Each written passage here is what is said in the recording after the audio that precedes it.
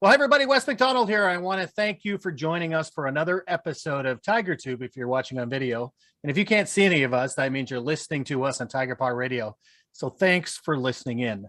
I'm really excited about the interview that we have today. It's taken me a while to get this one organized, but it was important to me because obviously in our channel, there are two distributors which dominate our channel.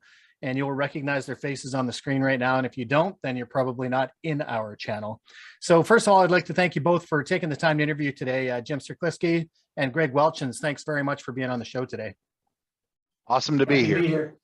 Yep. Right. One of the things we'll be talking about today, as I said in the title, it's a working title, so I apologize for people watching if it turns out different, but Marks on Paper, top distributors talk about the future of office printing and what dealers need to do to thrive. And so combined, obviously, Clover Imaging and DM Supplies Network provide more dealers and customers with print-related supplies than pretty much all other distributors combined. They know a thing or two about surviving a pandemic and growing, but more importantly, they're going to help us today understand how dealers can grow in a post-pandemic world, which we're moving into. So Jim, maybe I'll get you to introduce yourself for audience first. Sure, Jim Cerkleski. I'm the executive chairman of Clover Imaging Group. Happy to be here. Excited to go through this process. And I'm really excited that Mr. Greg Welchans is here with us. And with that, Greg, maybe you can introduce yourself. So Greg Welchans, I'm president and CMO of Supplies Network, and I just celebrated my 20th year here. Congratulations. Wow, that's phenomenal. Yeah.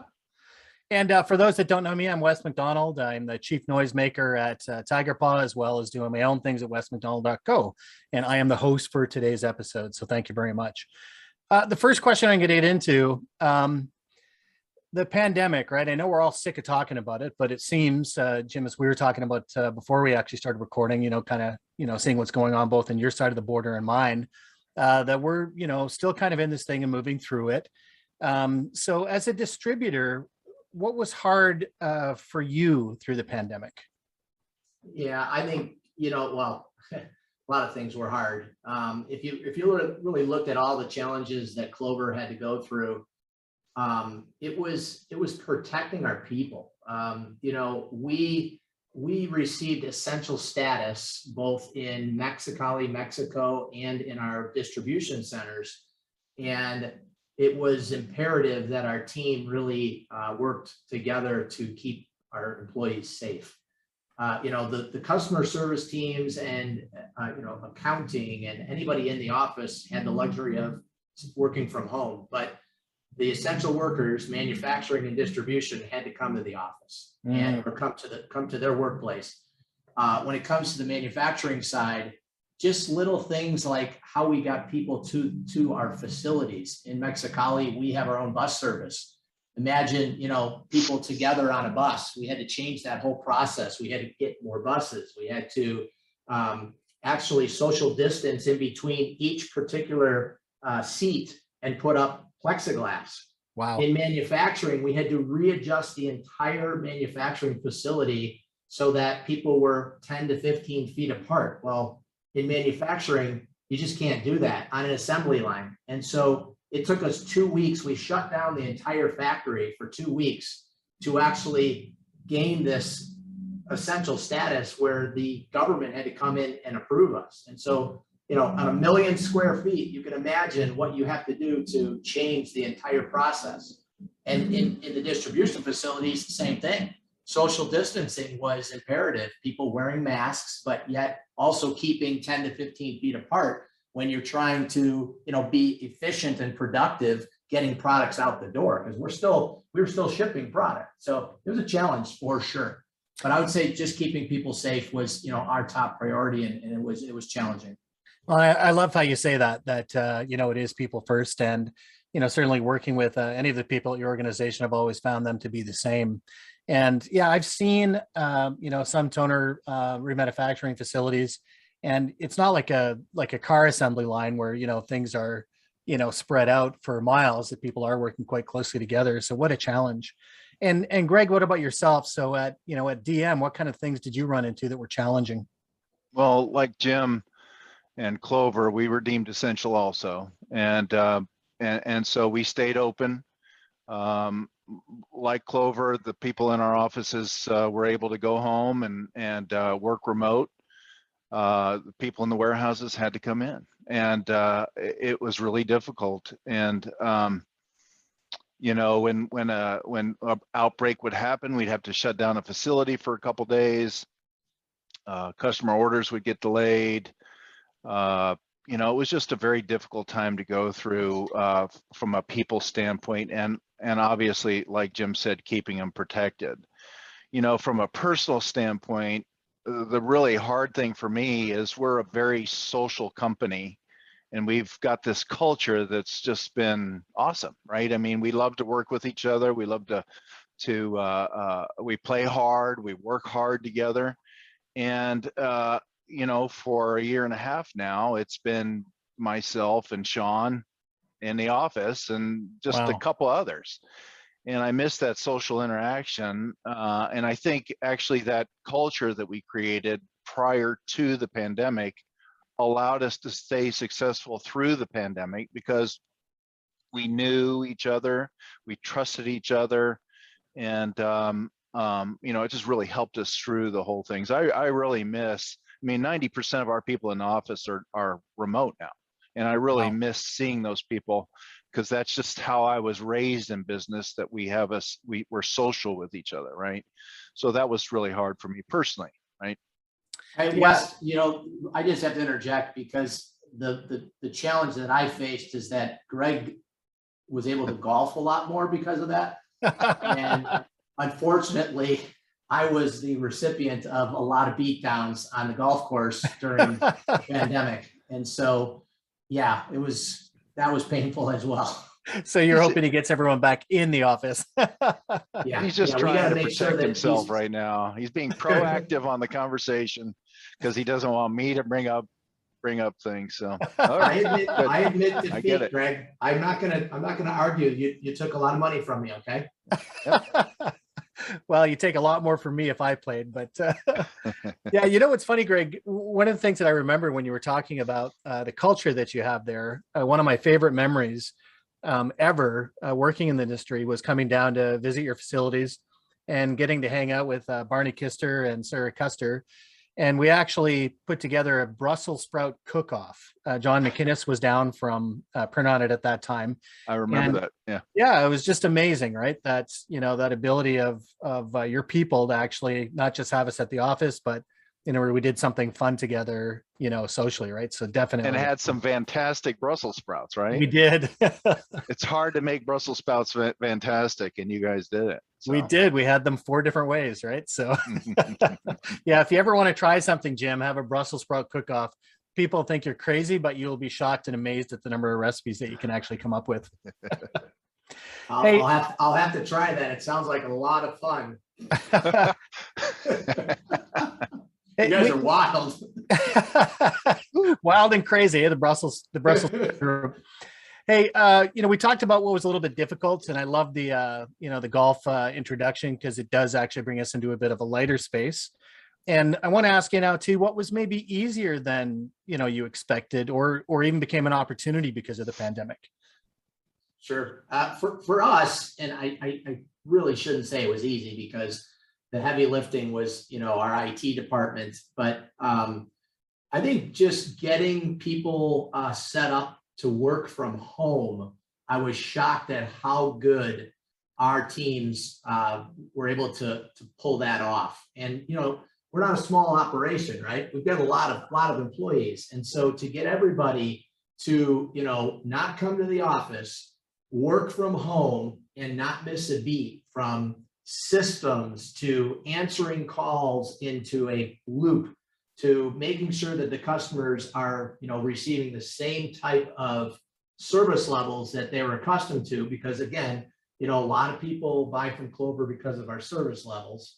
And I just think that process of what happened just blew my mind. I'm a guy that's, you know, in the office early, and I am the guy always watching the clock to see who's coming in at what time. And that's really changed for me. You know, I've realized that philosophy is nuts. And having people work from home, they can be productive. I'm not, I don't want to be foolish. I realize that the cooler talk is not there. So communication is not as good. But the reality is that if you set it up properly, and this forced us to do it, right? We had to do it. It's been the best thing that ever happened to Clover, that's for sure. I mean, we were able to reduce locations. We are just as productive as we ever were. And it's affected the bottom line in a positive, manner for sure.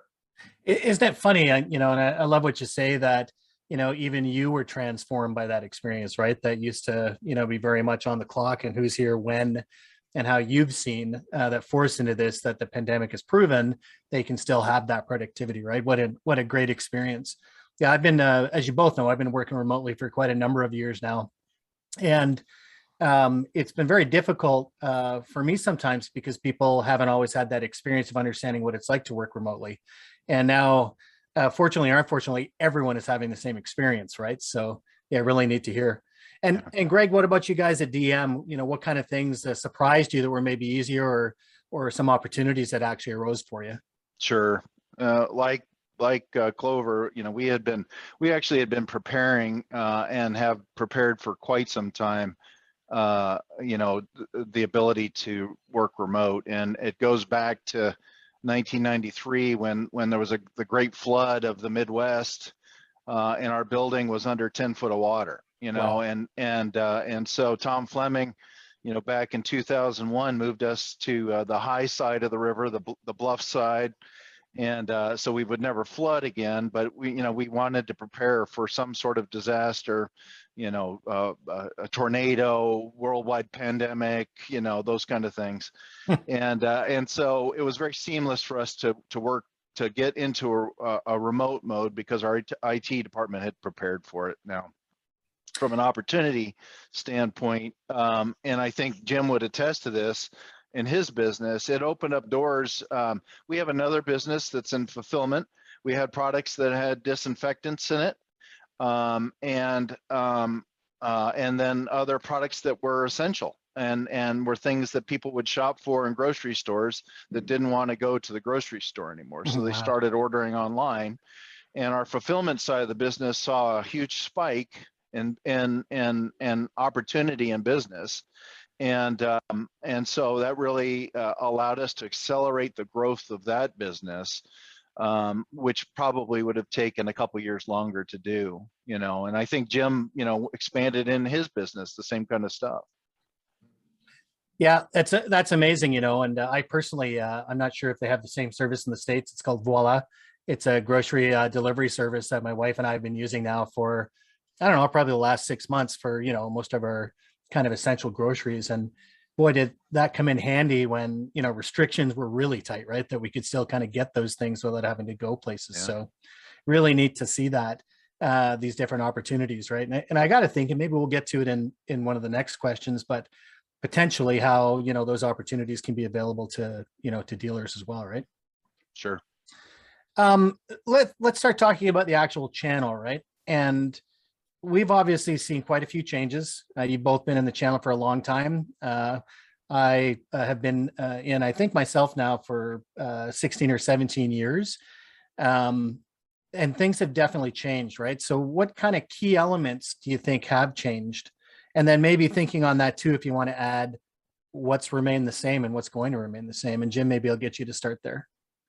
Sure. I know that A3 was declining at probably a greater rate than A4 pre-pandemic, but this has really accelerated the change. As an example, certainly our business is down from the pandemic. We all are. There's less print going on. But when you look at our inkjet business, pre-pandemic, we were actually thinking about exiting the inkjet business. Wow. Our operations are in Michigan, and U.S. based. It's a little bit more costly to produce products in Michigan over Mexico. The pandemic hits and bam, I mean, it was unbelievable. It was like somebody just took a light switch, flipped it on, and we were getting so much volume and orders for inkjet manufacturing because, again, people were switching over going to home and buying inkjet printers just to stay printing. We were hopeful that it would be more laser, which is our bread and butter, but it ended up being inkjet. And I just think that you're going to see, we haven't seen that turn off yet. And that was back, call it February of last year, right? It hasn't stopped. And I don't think it's stopping from an inkjet perspective. So I think you're going to see a ton of inkjet, sales continue. A lot of A4 is going to come into play because as people realize what it costs to run an inkjet printer at home, they're going to wake up and say, okay, this is too expensive. They're not going to go upgrade to another inkjet printer. They're going to buy a multifunctional A4 printer. So it's just going to continue to snowball. And I just think that that's going to be the biggest change in this marketplace for the dealer channel, is that they better pay attention to A4 because it's here, in a big way. Yeah, it's interesting what you say as well about this idea of inkjet possibly being a launch pad for some additional, sort of traditional, toner A4 devices, right?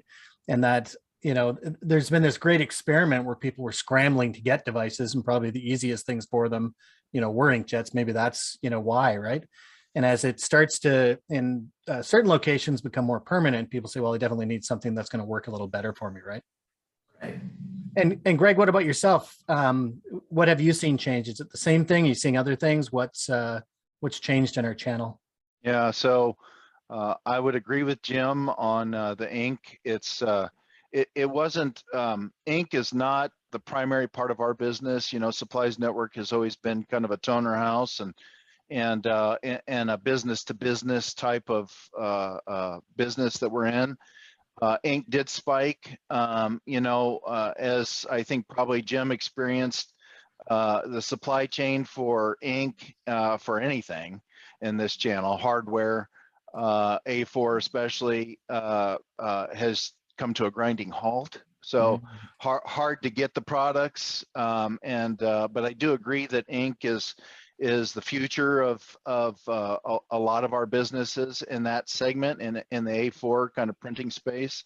For us, kind of the opposite happened. The A3 space kind of opened up for us, and we had been in the A3 space with Hewlett Packard. We're one of the two suppliers of HP A3, and but other A3 manufacturers allowed us to play more in the A3 consumables distribution space because they're wanting to take the burden of the capital expense off the dealer, which they've traditionally put on the dealer to stock supplies, onto us, and let the dealers order just in time, and then also let the dealers utilize the MPS tools that we've built to manage their A3 devices along with those A4 devices. So it's actually opened up some opportunity opposite of Jim into the A3 space that we didn't see before. Yeah, it's interesting though. And I mean, DM Supplies Network, obviously, you guys have done a great job with, what you do for being able to distribute products of all kinds. And it is interesting that this pandemic, has it accelerated more of that dropship culture versus people having things on location, right? Is that fair assessment?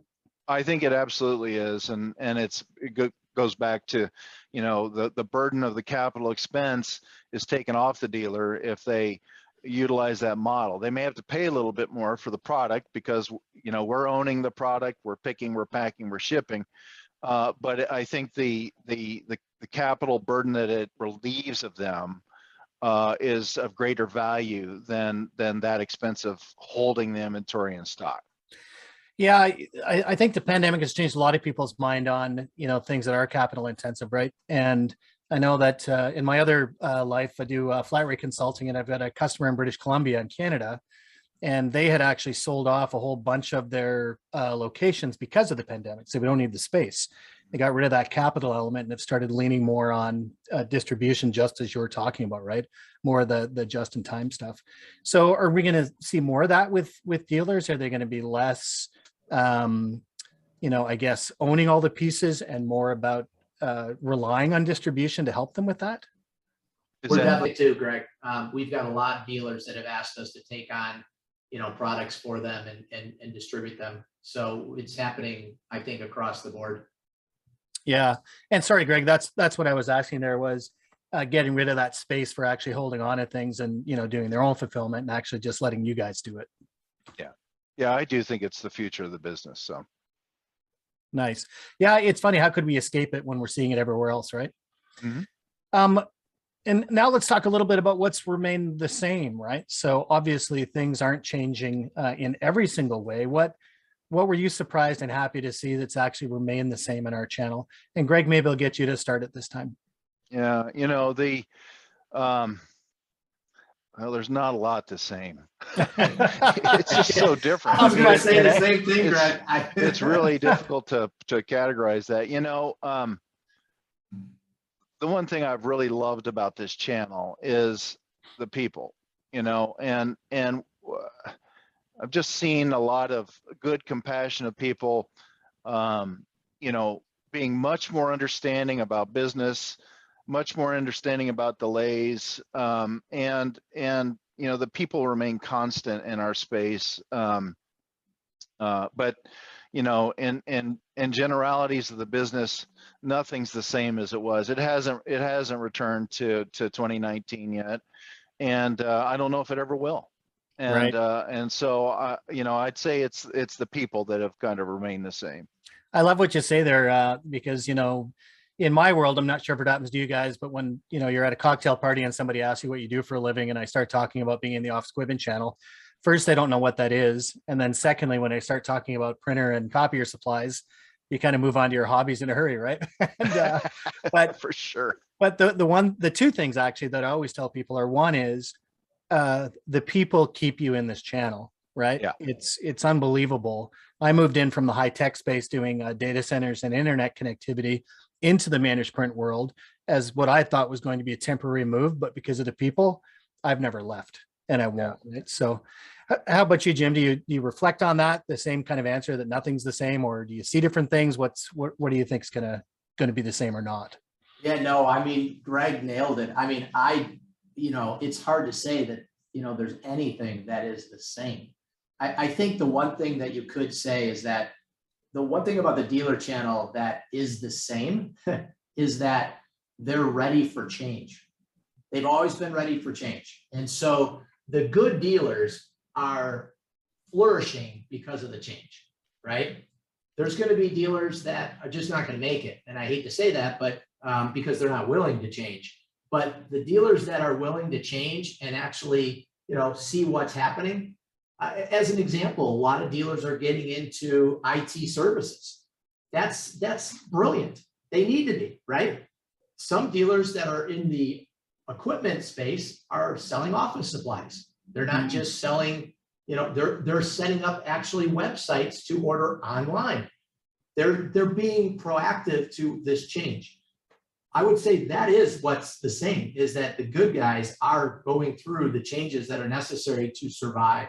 And I applaud them for that, because if I was still a dealer, that's what I would be doing, in addition to adding product lines. Because one thing these dealers have done so well, and every one of them that is successful in this space, they've built amazing relationships with their customers.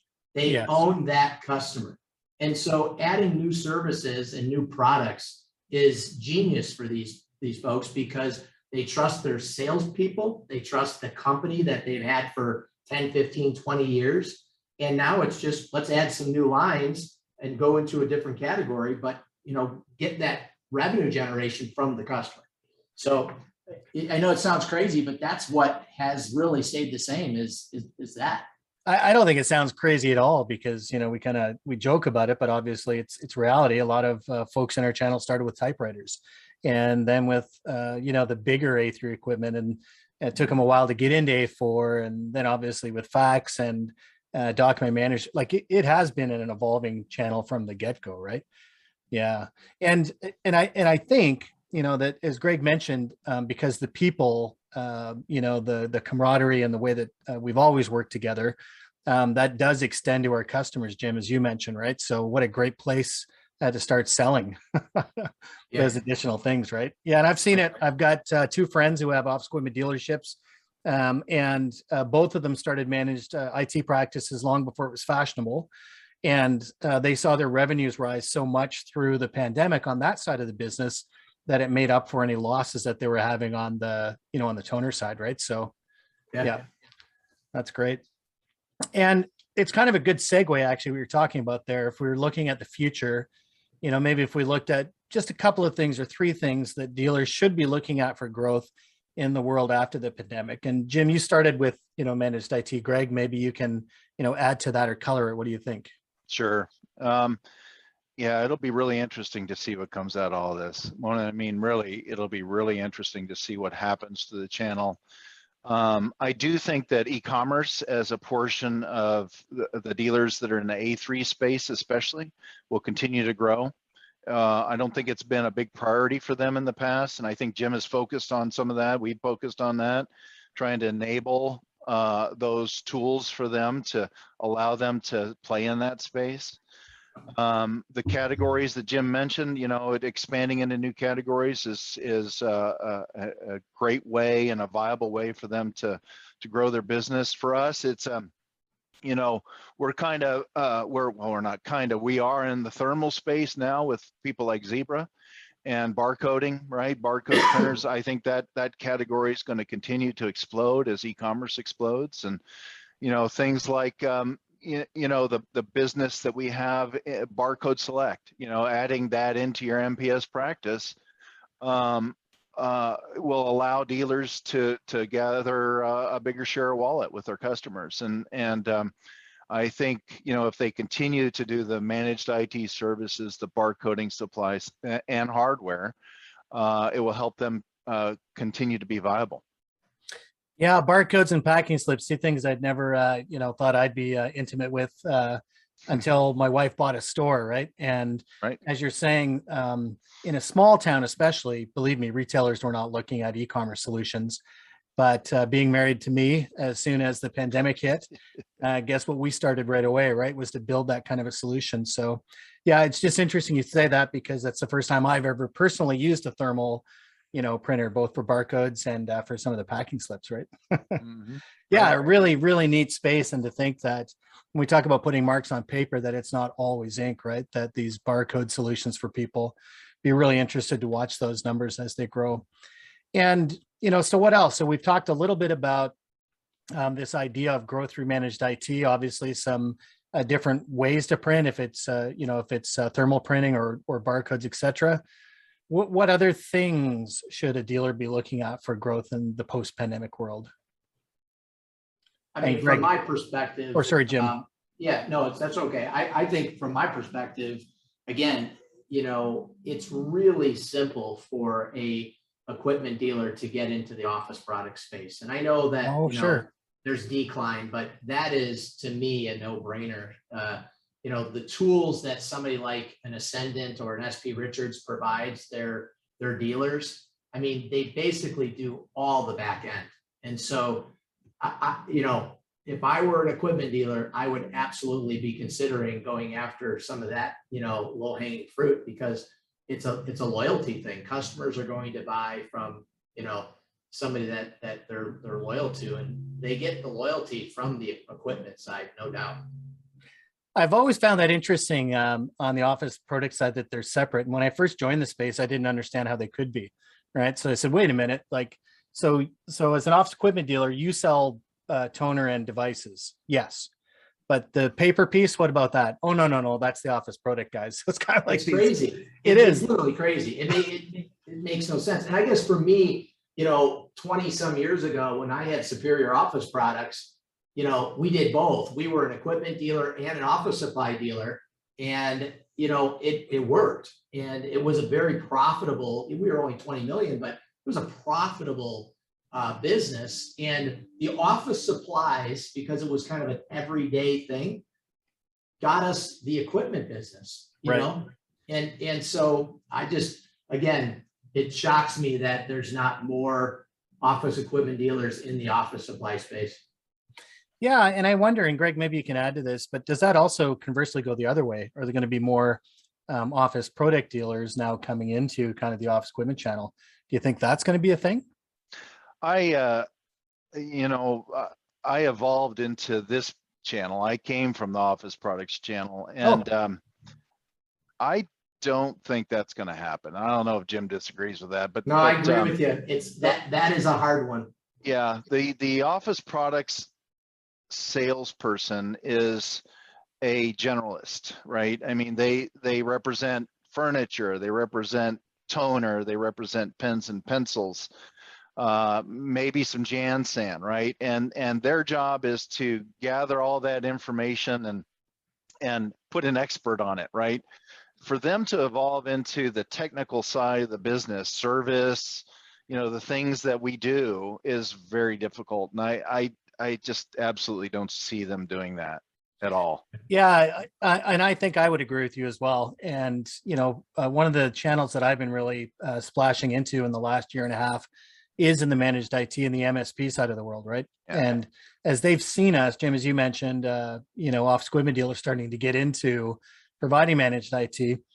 That the other channel, the managed IT channel, has completely blown us off.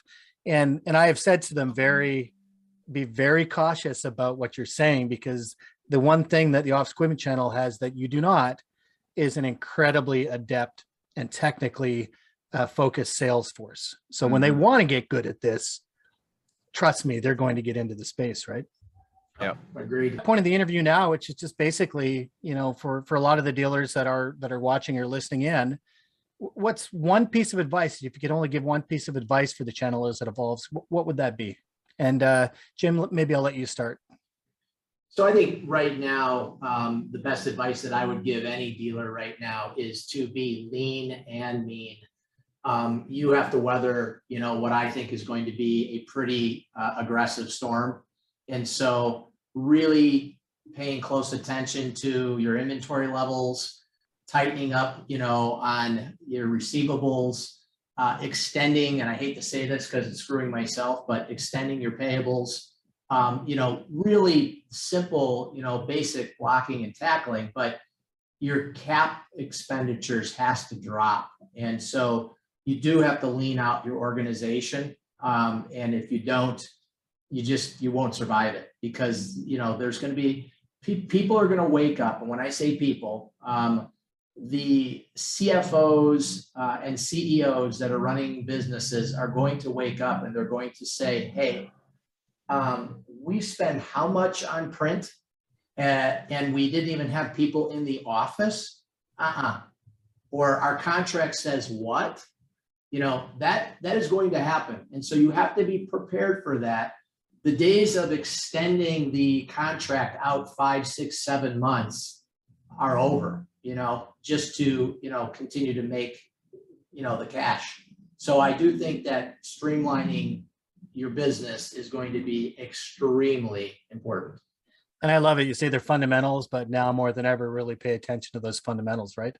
Yeah. And Greg, I am leaving you with the last word today. So what would you like to offer up as your one piece of advice? Well, I just have to stop you on that, because there's one thing you didn't ask us about, and I would like you to do that about Okay. what is the one thing, you know, that nobody knows about us. Oh, that's true. You didn't ask that question. I think it's very viable to ask that question, but I will answer the question that you have. And I think it's more than ever is to be flexible. You know, it's every day here and every week here, it's different. I mean, the world changes, and I'm old. You know, I mean, I like to come in the office. I like to print things so I can hold them in my hand and read them, right? I mean, that's the way I'm wired. See, and the next generation's not that way. And from a culture standpoint, from a business standpoint, they're not going to want to come in the office. And that's really hard for me, you know, to accept. It really is. And I mean, we used to like tell people, you got to be here at 8. And if you're not here at 8, we're going to dock you. Right. I mean, that's the way life was. You punched a card, and you just have to be flexible in your thinking, and allow the world to come into your thinking, because if we don't, we're going to put ourselves out of business, and we have to change, you know, and I think that's the biggest advice I can give anybody. I love it. And being flexible and change is one of those things that even through my brief time in this industry, like I said, 16 or 17 years, I've seen so much of it, and we're still capable of it. So great advice. One's personal, one's about Jim and I. We both worked at US Office Products together, and Jim was in a region, I was at corporate, and we got to know each other that way. And we both left about the same time. Jim to start Clover, and I was trying to start my own business kind of at the time, and a marketing business that was kind of focused on this and the office products channel. And so Jim buying a new business, needing marketing materials, you know, he knew this about me. So I was actually Jim's marketing department at the very beginning of Clover, and developed their first logos. And so that's, you know, the very calmest thing I can talk about Jim and I's relationship that people don't know.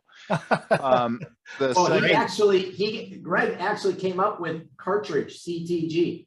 Yeah. For Clover. Yeah. So wow, that was that's a long pretty time cool. ago. Yeah.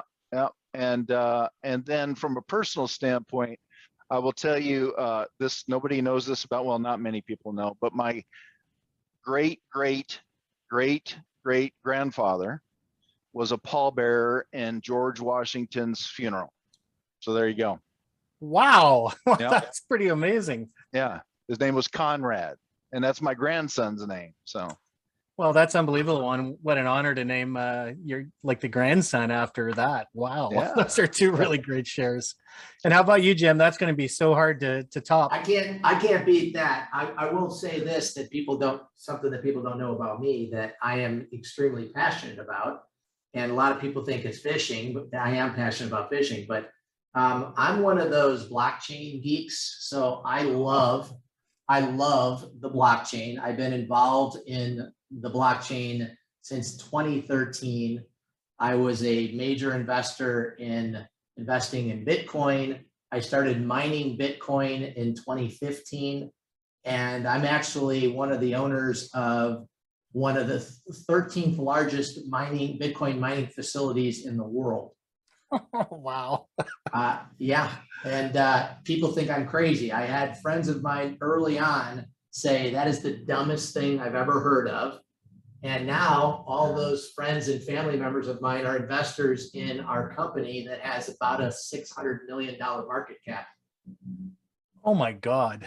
That's one of those ifs and buts were dollars and cents, we'd all be millionaires, right? And that's one of the ones that I had seen and never acted upon. So that's amazing. I may be reaching out to you for some advice. Thanks in advance. So buy Bitcoin. Actually, don't buy it, mine it. For everyone that's tuned in today, I want to thank you very much for joining us. And for Jim and Greg, can't thank you guys enough. To have one of you on this interview would have been exceptional for me. To have you both together has been a true blessing indeed. So thank you very much. For everybody that's watching and listening, please make sure to tune into some other exciting learning content at tigerpod.com.